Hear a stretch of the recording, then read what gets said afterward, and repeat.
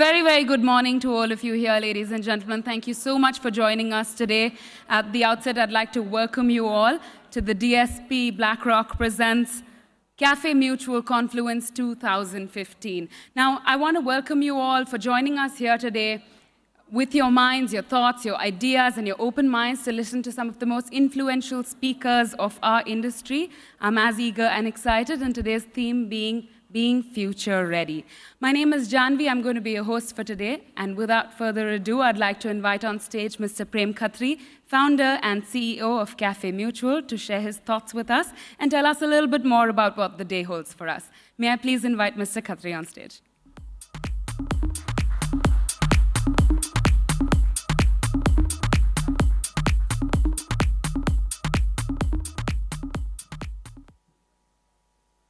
Good morning to all of you. I'm delighted to welcome you to DSP BlackRock Presents Cafe Mutual Confluence 2015. Friends, you know this is the 4th edition of Cafe Mutual Confluence.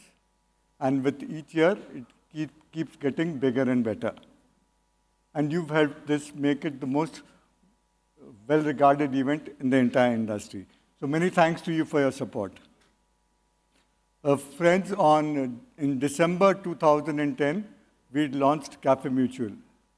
Our website was meant to give news, knowledge, and insights to the entire mutual fund fraternity, distributors, and manufacturers. 5 years later, we have revamped our website completely. So not only has it gone facelift, it is also packed with many more powerful features. So take a look at it and do share your feedback on the new look website with us. Friends, you would agree that things have never looked so good in the Indian mutual fund industry. Inflows are good, SIP registrations are increasing, and the collective efforts of the industry in technology, investor education seems to be paying off. So today, besides maximizing your profits, maximizing your market share, you still have a challenge, which is to ensure that you are positioned adequately for all the trends which are going to be governing you and this business in the future. In this context, we thought we will keep the theme of this event as being future ready. I'm happy to share with you that we will also be launching a white paper along with EY. EY, as you know, is one of the world's largest, most respected, well-regarded consulting and auditing firm. So today we'll be launching a white paper with them. Over the course of the next 8 hours, we will have 32 speakers, 32 experts, conducting 8 sessions. So I hope you will find them interesting. Before concluding, I want to make 2 points. At the end of most sessions, we've set aside some time for you to ask questions. My request to you is that keep the questions brief. Preferably, start the question with a who, what, how, when, rather than with a commentary of your own. The second request I have is that today we have to vacate this hotel at 5:30. We have to. Irrespective of what we are doing then, we will all be asked to leave the hall at 5:30, which means that we need to ensure that our event runs and ends on time. How you could help is, you could help us by making sure that as soon as the break gets over, you are here. So not only will it help us to stay on time, it ensures that you are not missing out on so many interesting things which are going to be happening today. So I don't want you to be missing out on any part of this event. So make the most of it, relax, and have a great day. So now, over to you, Tanvi. And thank you for being here.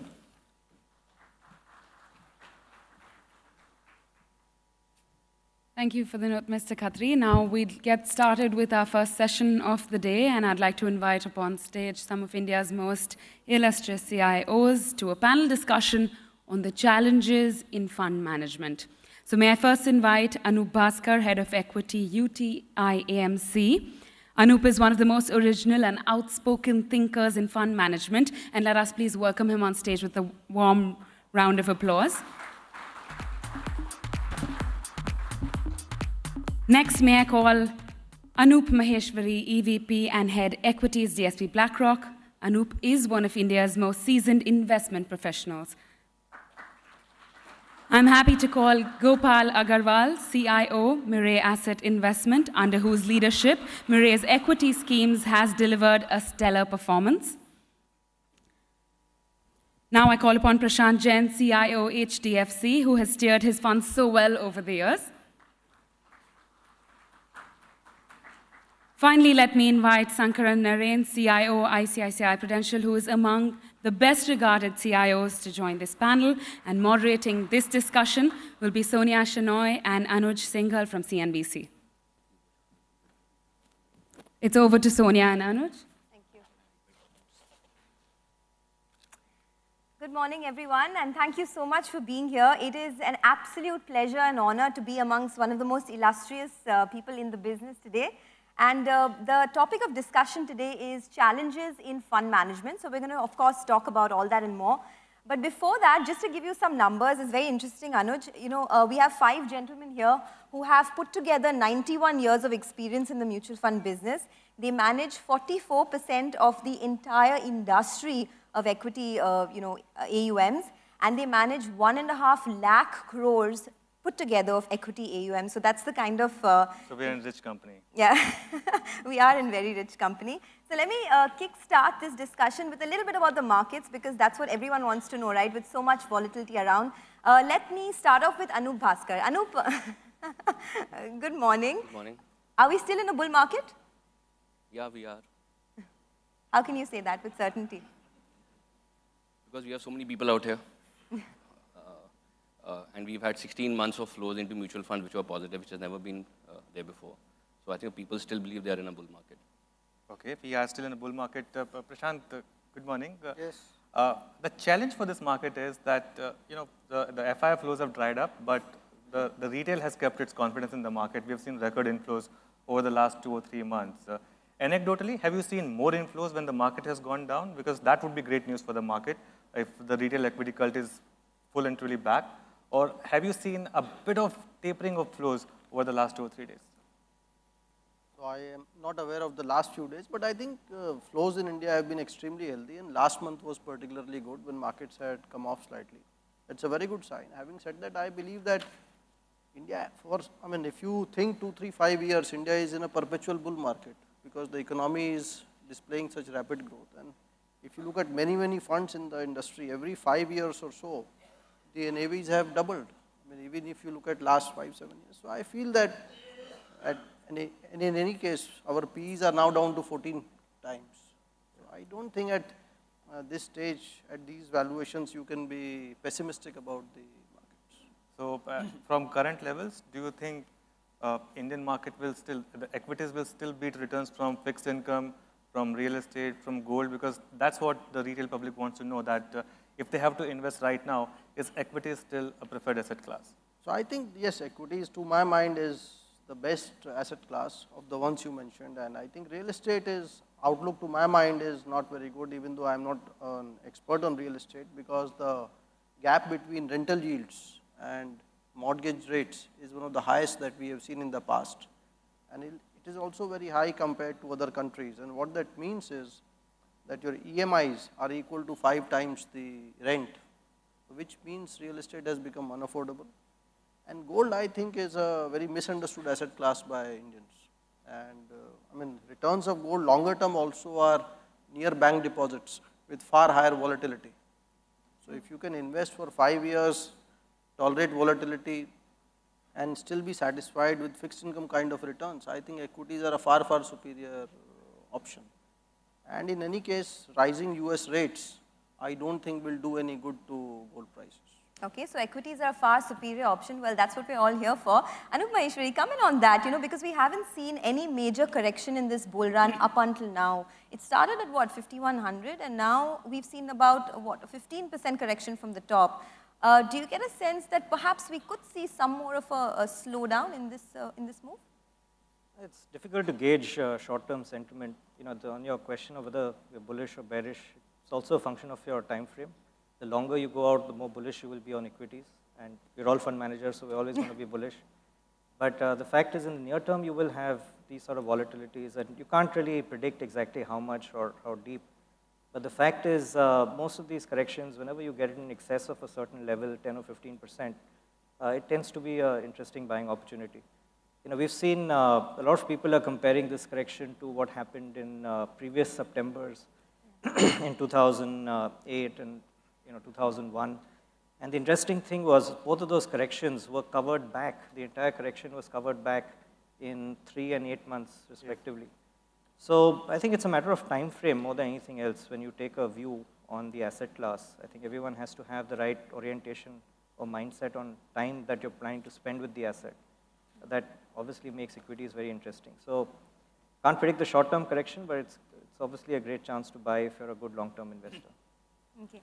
Anup, globally, a lot of fund managers are identified with a particular style of investing. So, case in point, perhaps Benjamin Graham, who's known to be a value investor. A couple of others are known to be growth investors. But in India, we find that nobody likes to be labeled with a particular style of investing. What's your own investment style?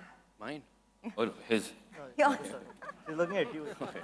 No, I was just trying to avoid the question because I am very cynical about it. I think so. We are trying to go and please everyone, here as such. So, those who want value, those who want growth, those who want to protect capital, those who want to grow their capital. So we tend to be a khichdi, sort of thing. We still haven't come to the stage where we say that this is our style, and then you come to that stage. We are still selling based on the last 12 months, last 3 years performance, which shows that there is no style involved in it as such. So in a market like India, it's difficult to sort of label yourself to a particular style? It is, and it's also the stage of development of the market and of the industry. I think so we are still a bit too early to say that, we'll have this style or that style. So if you see globally, and it also depends a lot on, and it also depends a lot on the case of the company's ambition. If you're in the race to go and become number one, then you want to go and gather most amount of assets, which means that you want to take any style which is, doing well right now, and have at least one fund in that style, so that you are, then appropriate. But when you look at it globally, funds have become much more mature, and they have a certain style, and they have, and they stick to it. I think so. Here it will take some more time for us to, come to that kind of level of sophistication. Also, if you look at our distributor friends, have to also, become more sophisticated for that. If the focus is, and if the focus is just to go and sell funds which are in the top 10, then you can only sell 10 funds at a time. Yeah. Because people, Okay. Naren, since we're discussing challenges for the mutual fund industry, one of the challenges has been to find right stocks, right? Because we've seen this market become extremely bipolar.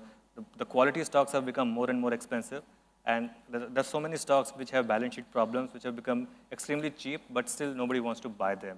At what point do you decide that, a particular stock or a particular sector has now reached fair value or is overvalued, and I should move from here? Have we reached that stage where we need to now make a move from the high quality expensive stocks and look at some of the value stocks? Are we reaching that stage? Clearly, that is the situation. And I think as the years have gone by, the situation has become more and more acute, that today you can easily create a portfolio which is trading around 10 times 2017 earnings.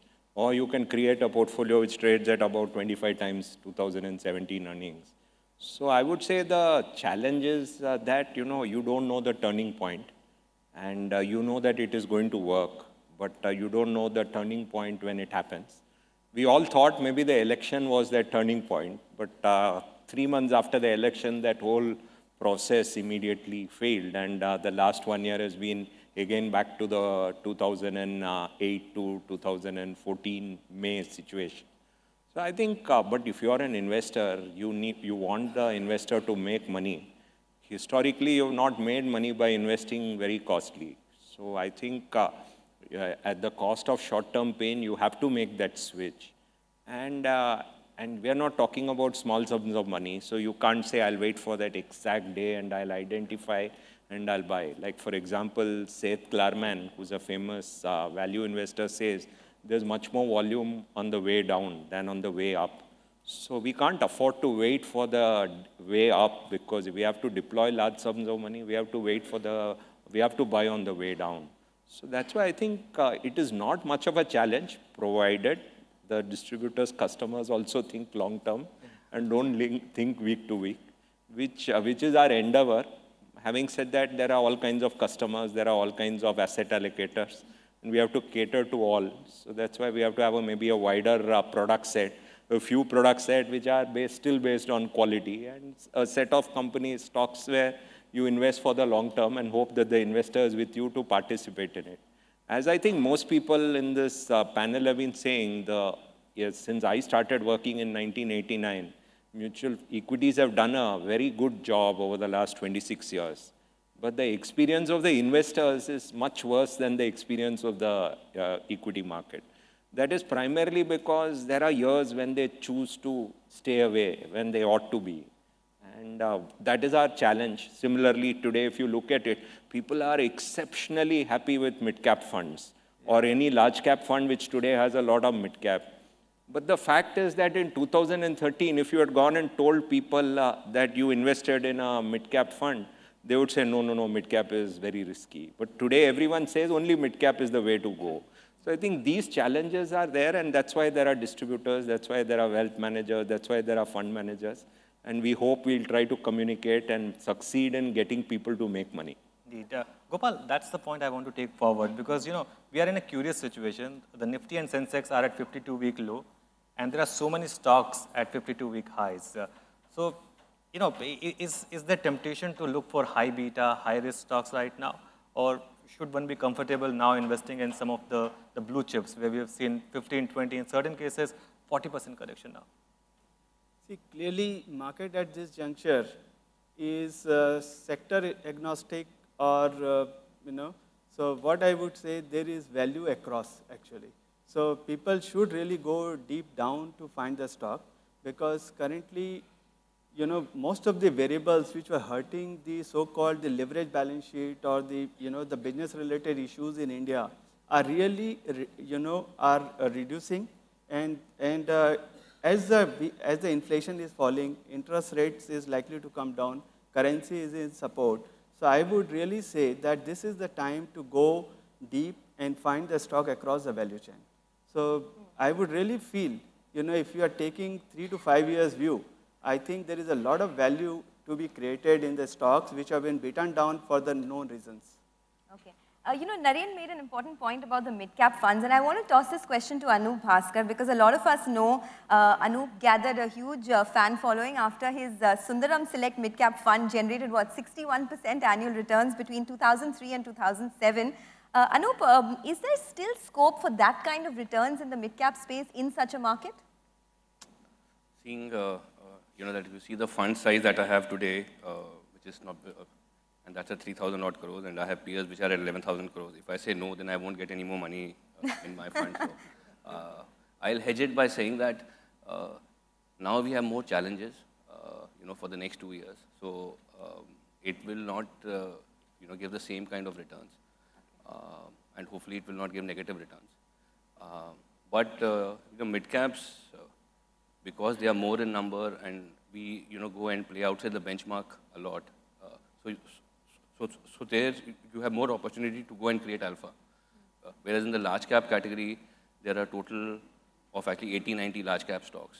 And your ability to go and generate alpha from those is actually much more limited.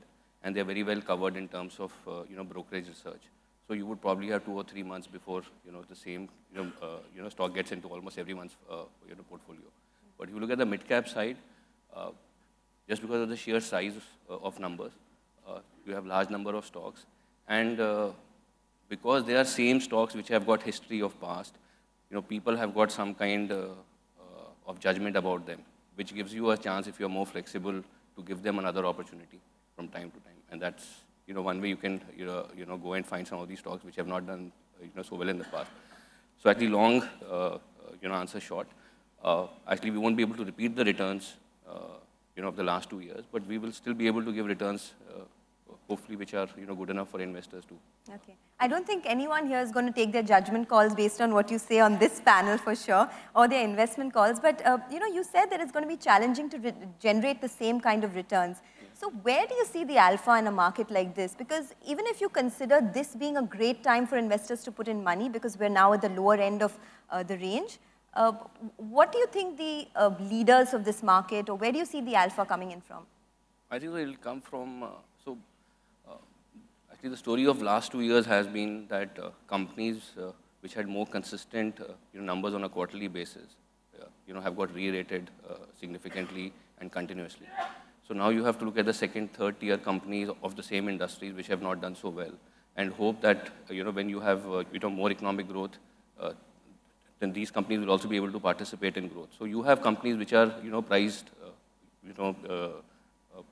quite okay. So you have the case of Hero or Bajaj, but people don't want to buy those; they only want to buy Eicher Motor.